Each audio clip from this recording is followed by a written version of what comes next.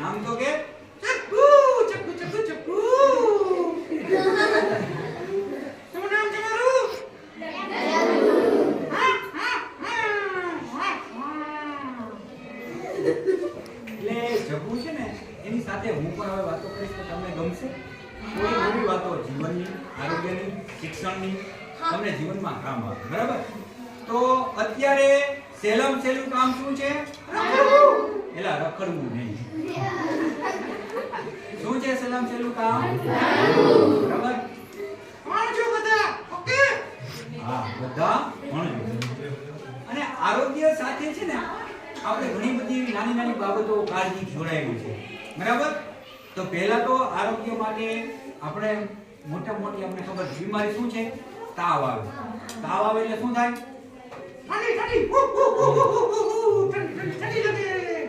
ઠંડી લાગે. બરાબર? તો તાવ આવે, ઠંડી લાગે એટલે એમાં મોટા ભાગે શું હોય? મેલેરિયા હોય, ડેન્ગ્યુ હોય. બરાબર છે? તો મેલેરિયા અને ડેન્ગ્યુ શેનાથી થાય? તો આપણે એક સારામાં સારું કામ કરવાનું છે. બરાબર? એ મચ્છરથી બચવાનું છે. મચ્છરથી કેવી રીતે બચી શકાય? તો કે આપણે ફૂલબાઈના કપડા પહેરીએ, શાલ ઓઢીએ. બરાબર છે? અને બને તો મચ્છર અગરબત્તી છે અથવા આપણું છે જે દેશી ઉપચાર. શું દેખાય છે બધાને બહાર? લીમડો. લીમડો. હા, લીમડો. લીમડાનો ધુમાડો કરીએ. બરાબર? બારીબારણા બંધ રાખીએ. આપણે મચ્છર બચી શકીએ. તો આવી નાની નાની એક આરોગ્યની કાળજી રાખીએ ને તો આપણે ઘણું બધું છે ને ધ્યાન રાખી શકીએ. ઘણા એવા ચેપી રોગ છે. કોઈને ખબર છે ચેપી રોગ એટલે કેવા કહેવાય? અડવાથી થાય. હા, અડવાથી થાય. બરાબર? ચેપી રોગ એટલે કેવા? કોઈને અડકવાથી થાય, કોઈની છીંક ખાવાથી વાયરસ હોય એ આપણામાં આવે. બરાબર છે? તો આવા ઘણા ચેપી રોગો છે. તો એમાં એક તો ચેપી રોગ એટલે કયો? કોરોના. કોરોના. કોરોના. હા, કોરોના. શું છે? કોરોના. અને કોરોના થી તો બધાને રોગો છે ને. કોરોના થી કેવું ખાલી એમ કહેતા કે શું છે? કોરોના. કોરોના છે આપણે બરોબર ડરી જતા આને અડાઈ નહીં, આનાથી દૂર રહેવાય. કારણ કે કેવો રોગ છે? ચેપી. હા, ચેપી રોગ છે.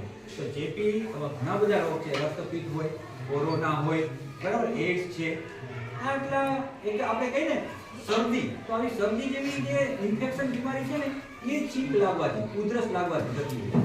અને એ ઉધરસ એને થાય અને એની બાજુમાં આપણે બેઠા હોય અને એમાંથી એક છીંક થાય ને એટલે લાખો વાયરસ ઉડી જાય. બરાબર? અને એ વાયરસ આપણા જો શ્વાસમાં પ્રવેશે તો આપણે શું થાય? બીમાર. હા, બીમાર થઈ એટલે શું થાય? આપણે આવી રીતના સૂઈ જાય. બરાબર? આરામની જરૂર પડે, દવાની જરૂર પડે. દવા કેવી લાગે? મીઠી. મીઠી હોય.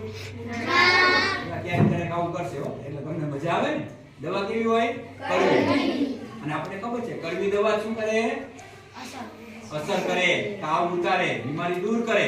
તો આપણે શિક્ષકો ક્યારેક કડવું કહેતા હોય ને આપણે ગમે નહીં. મમ્મી પપ્પા પણ આપણે ક્યારેક કડવા વેણો કહેતા હોય એ આપણે ગમે નહીં. પણ એટલું જીવનમાં યાદ રાખવાનું જે આપણને કડવું લાગે એ આપણા માટે હોય. હા, એ આપણા માટે હોય.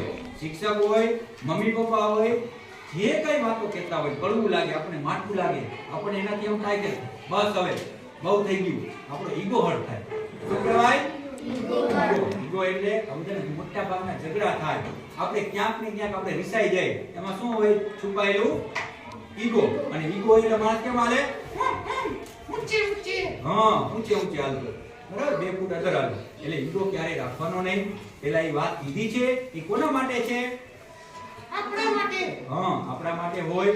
અને એ વાત છે ને આપણા જીવનમાં સુધારો લાવતી હોય. બરાબર છે? તો જીવનમાં પણ આરોગ્યથી બચજો. શિક્ષણ મળે છે ત્યાં સુધી શિક્ષણ લઈ લો. આટલું બધું સારું વાતાવરણ મળેલું છે.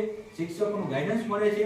અમારો સમય અમે એવી સ્કૂલો, એવી શાળામાંથી, ગામડામાંથી બિલોંગ કરીએ છીએ કે જેમાં ખરેખર એવા બિલ્ડિંગ પણ નહોતા. 2001માં ભૂકંપ વખતની વાત છે કે નહીં બિલ્ડિંગ, નહીં પૂરતા શિક્ષકો. અને ક્યાંક અમારે છે તો ગાઈડન્સ માર્ગદર્શન મળેલું નથી એટલે અમે ક્યાંક હજી પાછળ છીએ. બરાબર છે? જેટલું મળવું જોઈએ એટલું અમને મળ્યું નથી. તો આમાં શું ભાગ ભજવે છે? વાતાવરણ. હા, વાતાવરણ. તો વાતાવરણ છે એ ભાગ ભજવે છે. અને બીજું મહત્વનું શું છે? મહેનત. હા, મહેનત. મહેનત કોને કરવી પડશે? તમારે બધાએ મહેનત કરવાની છે, વાતાવરણ તમને મળે છે, બધા આગળ વધજો, ખૂબ ધ્યાન રાખજો અને શું કરવાનું? પ્રગતિ કરજો. જેટલા તમે પ્રગતિના પંથે હશો અને તમે યાદ કરશો, કોને યાદ કરશો? મને. તને કેમ યાદ કરે? મને યાદ નહીં કરો તમે? બોલો કે મારું નામ શું છે? મારું નામ તો અડધાને જ યાદ રહ્યું. આનું નામ શું છે? મેં કીધું કે મારું નામ યાદ નહીં રહ્યું. કોનું નામ યાદ રહે?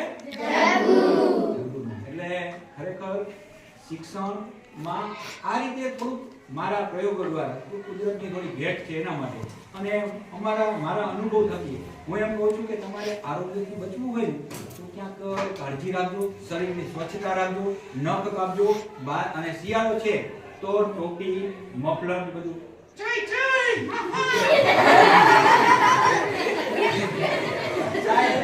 મજા આવી ગઈ. થોડી વાર રાખી દો, આપણા ચાય જરૂર પી લેશે.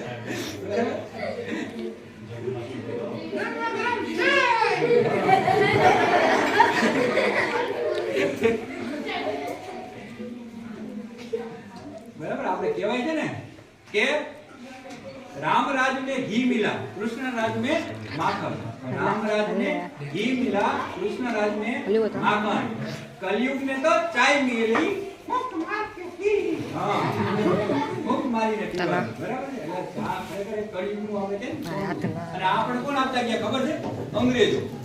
આ અંગ્રેજોનું પીણું છે. એ આપણને આપતા ગયા. કારણ કે આની એક આપણને ખબર છે, આપણે જેટલા આપણે વ્યસનો કરીએ ને એ બધું અંગ્રેજો જેટલું પ્રેસમાં આવે એટલું બધું વ્યસન તો વાંધો નથી. ચાય આપણા ક્યાંક આપણા જ્ઞાન તત્વો, ક્યાંક આપણે આળસ હોય, ક્યાંક આપણે તો જરૂરી છે, પણ નાનપણમાં પીવાની નહીં. તમે મોટા થાવ, નોકરી લાગી જાઓ, ઓફિસર બની જાઓ, સાહેબ બની જાઓ, વકીલ બની જાઓ, ત્યારે ચાય પીવાની. અત્યારે પીવાની ઘરે નાસ્તા સાથે એમર્જન્સી. અને આપણને છે ને દેશમાં આગળ વધતા બે જ વસ્તુ નડે છે. શું નડે છે? છોકરીઓ માટે ફેશન, હા, અને છોકરાઓ માટે વ્યસન. હા, વ્યસન અને ફેશન ઓછી થઈ જશે ને આપણો દેશ ઓટોમેટિક આગળ વધવાનો. તો આનાથી દૂર રહેજો. ફેશન અને વ્યસનથી બને એટલું સ્વાસ્થ્યનું ધ્યાન રાખજો. હાથમાં જે આપણે મોટા ભાગે આપણે ખબર ખોરાક લેવામાં હાથનો ઉપયોગ કરતા હોય એ સ્વચ્છ રાખવાના, હાથ ધોવા માટે 2 મિનિટનો સમય આપવાનો, નખ કાપવાના, વ્યવસ્થિત તૈયાર થવાનું અને ફૂલબાઈના કપડાં પહેરવાના અને બીમારીથી શું કરવાનું? બચવાનું. હા, બીમારીથી બચવાનું. તો આપણે જેટલા સ્વસ્થ હશું ને એટલું ધ્યાન આપજો. હવે તમે બીમાર જ હોય, તાવ જ આવેલો હોય તો આ સાહેબ ગમે એવો લેક્ચર લઈએ તમને કંટાળો જ આવે. તો પહેલા તો સ્વસ્થ રહેવાનું, પછી આપણે જે એજ્યુકેશન લેવાનું. તો એજ્યુકેશનમાં આપણે 2 બાબતો જરૂરી છે. એક શારીરિક રીતે સ્વસ્થ હોવા જોઈએ અને એક માનસિક રીતે. બરાબર, એટલે કાંઈ ટેન્શન બીજું નહીં લેવાનું અને અત્યારે તમારે હોય પણ નહીં. બરાબર, જેમ જગુને કાંઈ નથી. બરાબર, મને છે ટેન્શન, એટલે તારે શેનું ટેન્શન છે? બરાબર, એને કાંઈ ટેન્શન છે નહીં. એવી રીતના તમારે પણ અત્યારે કાંઈ જવાબદારી બીજી નથી. તો હોમવર્ક કરો, ભણો, ખૂબ આગળ વધો. જગુ એક છેલ્લે સંદેશો આપી દે અને એ સંદેશાને તમે અમલ કરજો. મહેનત ઇતની ખામોશી से करो कि आपकी सफलता स्वर मचा दे. Best of luck, best of luck, best of luck. ચાલો, થેન્ક યુ. આભાર સાહેબ. આનું નામ ભૂલી જાવ પણ આનું નામ નહીં ભૂલો. શું નામ છે આનું? જગુ ને યાદ રાખો. બરાબર, એટલે ધ્યાન રાખજો આરોગ્ય તમારા શરીરનું, તમારા ઘર પરિવારનું અને તમારા પાછળ જે મહેનત કરે છે તમારા મમ્મી પપ્પા, એને એક વખત તમે જોજો કે આખો દિવસ એ કૃષિ સાથે જોડાયેલા હોય, મજૂરી સાથે જોડાયેલા હોય, કોઈ નોકરી સાથે જોડાયેલા હોય, કેટલો ટાઈમ આપે છે, કેવી મહેનત કરે છે. અને ત્યારે તમે અહીંયા એજ્યુકેશન લેવા ક્યાંક તમારા કપડા પાછળ ક્યાંક તમે જીદ કરતા હોય મોબાઈલ લેવાની, તો આપણે વિચાર કરવાનો કે આપણે 8-10 હજારનો તરત આપણે તજીઓ કરીને આપણે વસ્તુ લેવડાવતા હોય પણ એ રૂપિયા કેવી રીતના કમાય છે એના માટે એક રવિવારે તમારે ખેતર જવું પડે, મહેનત કરવી પડે, ત્યારે રૂપિયાની કિંમત થાય. તો ધ્યાન આપજો. વળી પાછા મળતા રહેશું. ભણજો, શરીરનું ધ્યાન રાખજો અને સ્વસ્થ રહેજો. Best of luck.